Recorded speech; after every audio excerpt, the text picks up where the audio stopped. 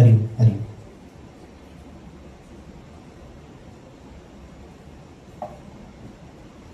નમસ્કાર, મારું નામ શર્મા મૈત્રેય છે. હું વેદાંતિક સાયન્સ એન્ડ લાઈફ મેનેજમેન્ટનો વિદ્યાર્થી છું. આજના સમાજમાં બધા કહે છે કે સમાજ બગડ્યો, સમાજની ઘણી કરુણતા છે, કશું સરખું ચાલતું નથી.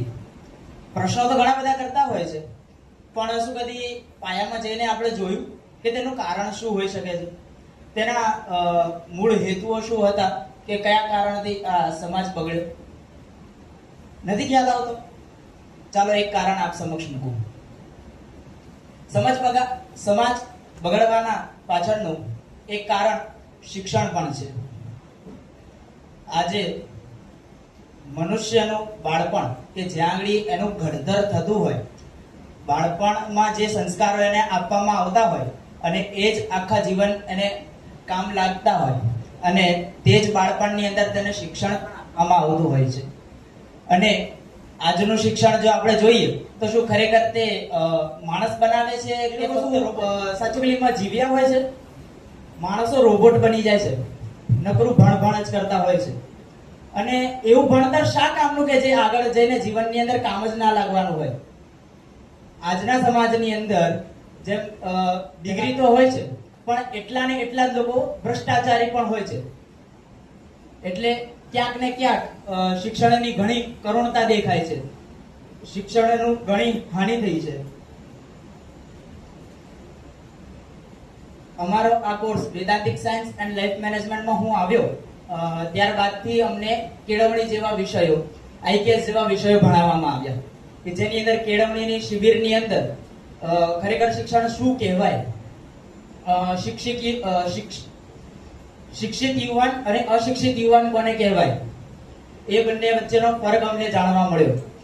પછી આઈકેએસ જેવા વિષયોથી સાહસ છે, એવા બધા નૈતિક મૂલ્યો અમને જીવવા મળ્યા. અને આ બધું જ્યારે ચાલતું હતું ને, કેળવણીની શિબિર અને અમને ભણાવવામાં આવતું હતું, ત્યારે જ મારી અંદર એક આગ ઉત્પન્ન થઈ અને મનમાંથી એક અવાજ આવ્યો કે મૈત્રેય, તું આવ્યો છે ને આ જ કામ માટે આવ્યો છે, તારે શિક્ષણમાં જ કંઈક બદલાવ લાવવાનો છે.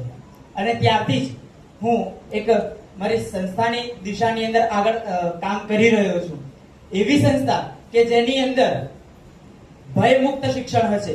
બાળક આવે તો તે મોજથી આવે, ડરથી નહીં. કોઈ દબાણ ના હોય કે તું આ કર કે આ ભણ. એની ઈચ્છા પ્રમાણે તે ભણે, સ્વ ઈચ્છાથી ભણે, એને જે ગમે છે એવી રીતે તે ભણે. અને બીજું કે તે ચારિત્રવાન વ્યક્તિ બને. અમારી સંસ્થાનો જો આપણે ઉદ્દેશ્ય કહું તો અમારે કોઈ ડોક્ટર કે એન્જિનિયર નથી બનાવવા, અમારે સારો સુશિક્ષિત અને ચારિત્રવાન શિક્ષક બનાવો છે. કારણ કે જો આપણે સમાજને સુધારવું હોય ને, તો ક્યાંક ને ક્યાંક આપણે શિક્ષણને બદલવું જરૂરી છે. અને શિક્ષણને બદલવા માટે શિક્ષણ આપનારા લોકો એટલે શિક્ષકોને બદલવા એ ખૂબ જરૂરી છે. એટલે અમારે શિક્ષકો બનાવવા છે, ચારિત્રવાન શિક્ષકો બનાવવા છે. અને બીજો એક પ્રણ પણ લીધો છે કે એ સંસ્થાથી આવનારા 35 વર્ષની અંદર એવા અઢળક શિક્ષકો દેશને પ્રદાન કરવા છે કે જેનાથી આ આખો સમાજ એ સુધરી શકે. શિક્ષણ થકી આ આપણા દેશનો, આપણી સંસ્કૃતિનો પાયો છે. આ કાર્ય સહેલું નથી. આ કાર્યની અંદર કોઈ પણ અડચણ રૂપ આવશે તો તેને સામી છાતીએ ઉભો રહેવા હું તૈયાર છું. કોઈ પણ ત્યાગ આવે તે ત્યાગવા હું તૈયાર છું. અને કદાચ ભગવાન મને પૂછે ને કે ક્યારે આવશે ભાઈ તારે, તો ત્યારે હું ખાલી એટલું જ કહું કે જ્યારે આ મારું શિક્ષણ બદલવાનું કાર્ય પૂરું થાય ને ત્યારે જ મારી ટિકિટ ફાળજો, એના પહેલા ન કરતા. અને જો બોલાવો આવે ને તો પણ હું ના પાડવાની તાકાત રાખું છું. એટલો સંકલ્પ લઈને આવ્યો છું કે આ કાર્ય તો હું પૂરું કરીને જ જઈશ.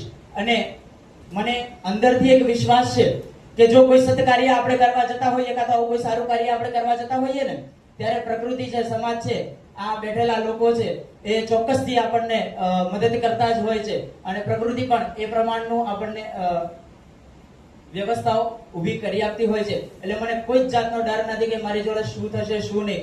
જે પણ સંઘર્ષ આવે એ હું કરવા તૈયાર છું. અને આ સાહસ પણ અમને અમારા કોર્સમાંથી જ મળ્યો છે. અહીંયા આ બોલવાનું મંચ પણ મને મારા કોર્સમાંથી જ મળ્યું છે. વિવેક બુદ્ધિ આ જે કાર્ય છે એની અંદર મારે શું કરવું શું ન કરવું, શું સાચું છે શું ખોટું છે અને કઈ દિશામાં મારે આગળ વધવું એ પણ આ કોર્સ થકી જ મને મળ્યું છે. અને બસ હું આ પ્રણ લઈને આપ સમક્ષ આવ્યો છું અને આપ સૌને અને ભગવાનને એવી પ્રાર્થના છે કે આ પ્રણ પૂર્ણ થાય.